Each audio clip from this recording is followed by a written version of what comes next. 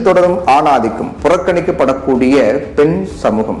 பெண்களுக்கு 33 விழுக்காடு இடஒதுக்கீடு சட்டம் நாடாளுமன்றத்தில் நிறைவேற்றப்பட்டுவிட்டது. ஆனா அதை அமல்படுத்துவதற்கான கால நிர்ணயம் எதுவும் செய்யப்படல. மக்கள் தொகை கணக்கெடுப்புக்கு பின்னர் இது அமலாகலாம் அப்படின்னு சொல்லப்படுது.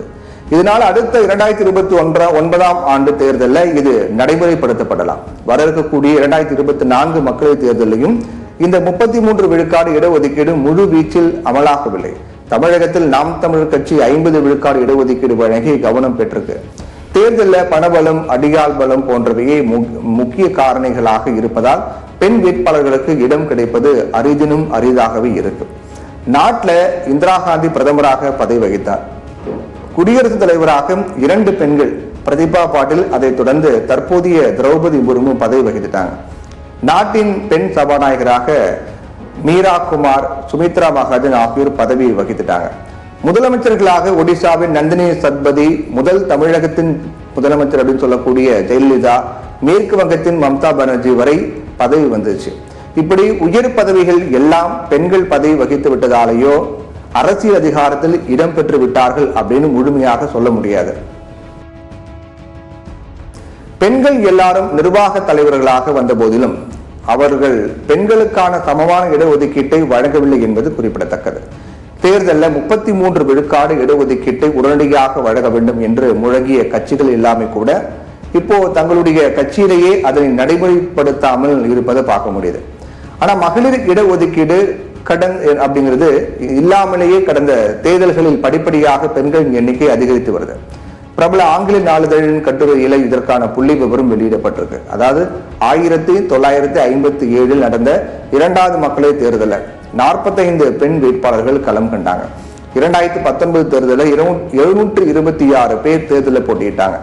தேர்தல் ஆணையத்தின் இந்த புள்ளி விவரத்தின்படி 1957 4.5 விழுக்காடாக இருந்த பெண் வேட்பாளர்கள் எண்ணிக்கை 2019 14.4 விழுக்காடா அதிகரித்திருக்கு.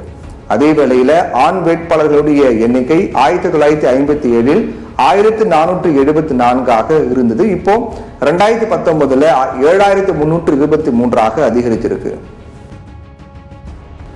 இதன் மூலமா தேர்தலில் போட்டியிடக்கூடிய ஆண் வேட்பாளர்களின் எண்ணிக்கை 1957 இருந்ததை விட 5 மடங்கு அதிகரித்திருக்கு. பெண்களின் எண்ணிக்கை 16 மடங்கு அதிகரித்திருக்கு. சதவிகித கணக்கில் தான் இந்த அதிகரிப்பே தவிர எண்ணிக்கையில கிடையாது. 1957 வெறும் 2.9 விழுக்காடு பெண்களை தேர்தலில் போட்டியிட்டாங்க. 2019 இது 9 விழுக்காடாக அதிகரித்தது. இருந்தாலும் இதுவரை பெண் வேட்பாளர்களின் எண்ணிக்கை ஒருபோதும் 1000 கடக்கவே இல்லை அப்படிங்கிறது கவனிக்கத்தக்கது. 1957 நடந்த 2வது பொது தேர்தலின் புள்ளி விவரத்தின்படி களத்தில் இருந்த 45 பெண் வேட்பாளர்கள் 22 பேர் வெற்றி பெற்றாங்க. வெற்றி விகிதம் 48.88 விழுக்காடு. ஆனா 2019 வெற்றி விகிதம் 10.74 விழுக்காடு அப்படிங்கிற அளவுல குறைந்தது. 726 பெண் வேட்பாளர்களில் 78 பேர் மட்டுமே வெற்றி பெற்றாங்க. ஆண் வேட்பாளர்களை பொறுத்தவரை வெற்றி விகிதம் என்பது 1957 31.7 விழுக்காட்டிலிருந்து 2019 6.4 விழுக்காடா குறைஞ்சது.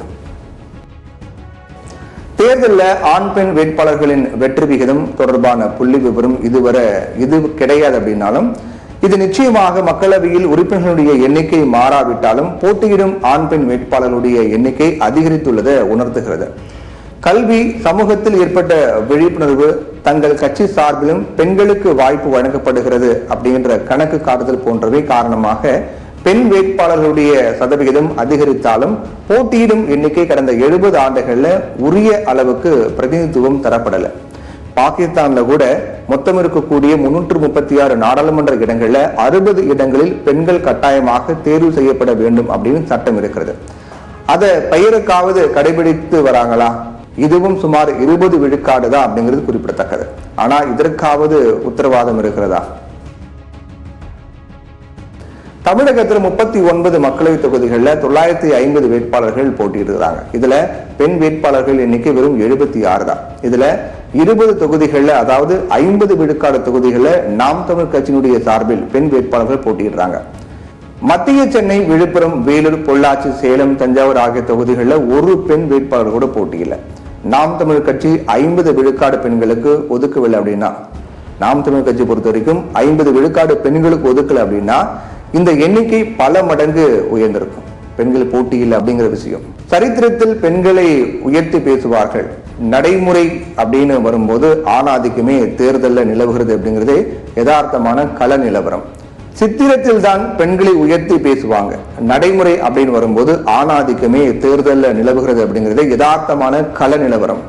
சித்திரத்தில் பெண் எழுதி சீர்படுத்தும் மானிடமே ஜீவனுள்ள பெண் இனத்தை வாழ விட மாட்டாயா அப்படின்னு இதைதான் கவியரசர் கண்ணதாசன் பாடினார் போல அப்படின்ற மாதிரி இருக்கு.